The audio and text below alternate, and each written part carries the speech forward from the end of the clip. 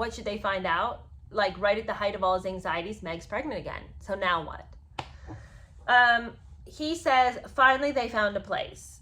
It had been priced at a steep discount. It was just up the coast outside Santa Barbara. A lot of rooms, large gardens, a climbing frame. It even had a pond with koi. And the estate agent warned him, you know, the koi are pretty stressed out. So you're going to need to get a koi guy to deal with these stressed out fish. And Harry's like, me and the fish can relate. You know, I'm stressed out too. And they laugh. Look at these first world problems we got. We got to get a koi guy for the koi pond. If you are so strapped for cash, you can't afford a place with palatial gardens, tons of room, and a koi pond. Like, what are you talking about right now? How am I going to pay for security, but we got to have that pond outside with those fish we can't even eat? So they take their tour of the place. It was a total dream. They bring Tyler Perry into it, ask him to look at it. He says to buy it.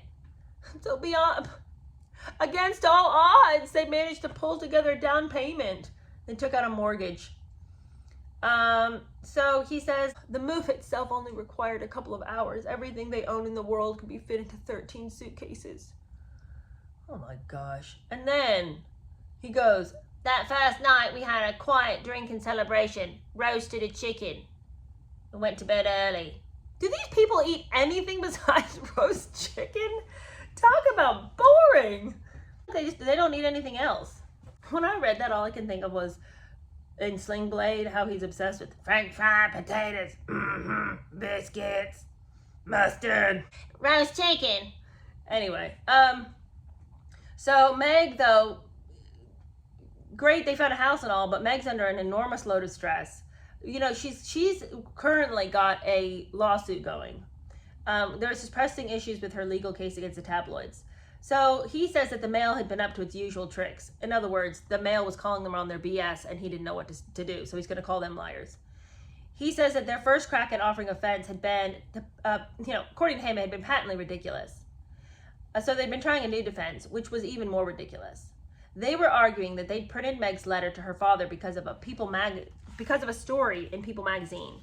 And that had quoted a handful of Meg's friends anonymously. The tabloids argued that Meg had orchestrated these quotes using her friends as de facto spokespeople, and thus the Mail had every right to publish her letter to her father.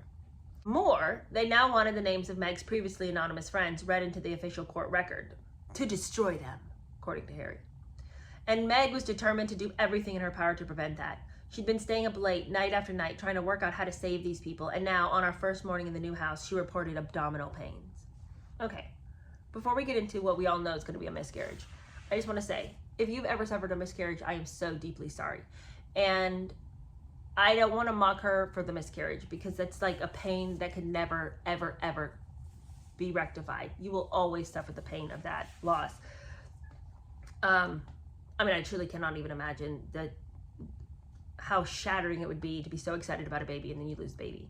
So whatever I say next, I am not mocking her and the pain that they had as a couple regarding the miscarriage of this baby. If indeed she had a miscarriage. I'm just going to leave that there. That's a lot of stress for you to miscarry a baby.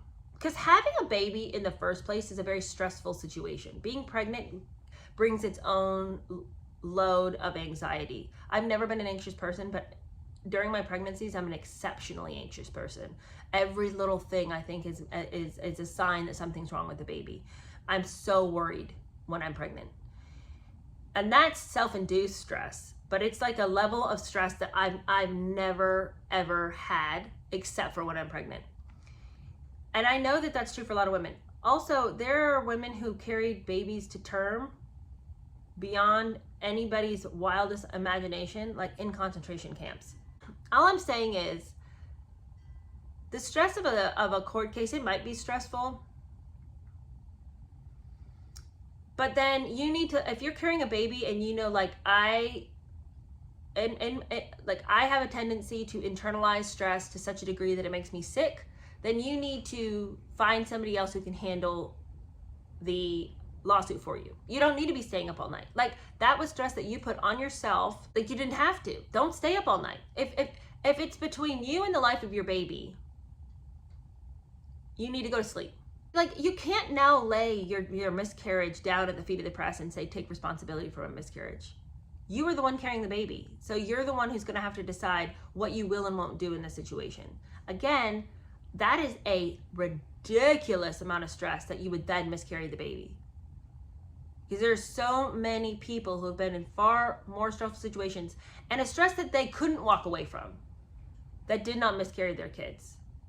Again, she is an older mother, so she would have been at heightened risk regardless of her lifestyle choices.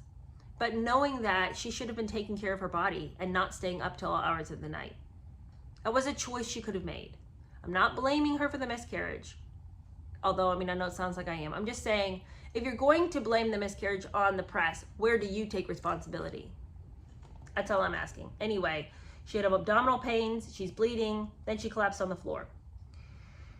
He says that they raced to the local hospital where the doctors walked into the room, and he says, you know, I didn't hear anything they were saying. I just watched her face, her body language. We already knew, we both knew, I mean, because there'd just been so much blood.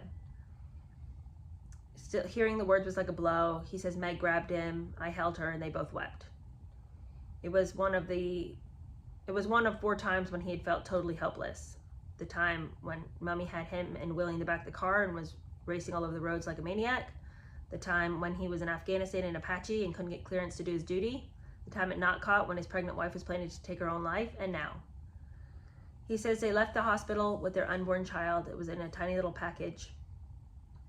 And he says they went to a secret place where only they knew, and under a spreading banyan tree. While Meg wept, I dug a hole with my hands and set the tiny package softly in the ground. Okay, all right, you guys, I'm really sorry about the miscarriage. If that happened, super sad for them. That's such a burden to bear. Yet there are little things in this story that make me go, what though? Like, what is this business about the hospital gives you the little tiny package? I don't really know the protocols about what they do with the child. So I'm not calling BS on that. I do, however, call BS on digging a hole with your hands and burying the baby on your property illegal. And also with your hands, okay, if you are going to bury, you know, this tiny little package, that child needs to be, you couldn't cough up a couple of bucks to have a decent funeral for this child. You're going to bury him in the backyard like a dead rabbit. You know, I mean, like, this is not a proper remembrance of this child's life. Like, I'm offended by this.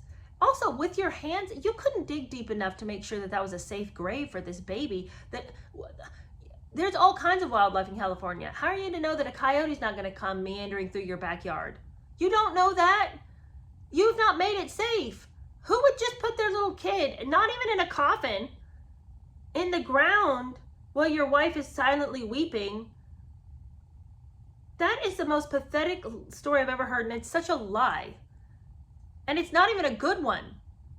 If you lost a child and you had its body, you would have a ceremony, you would have a funeral for it.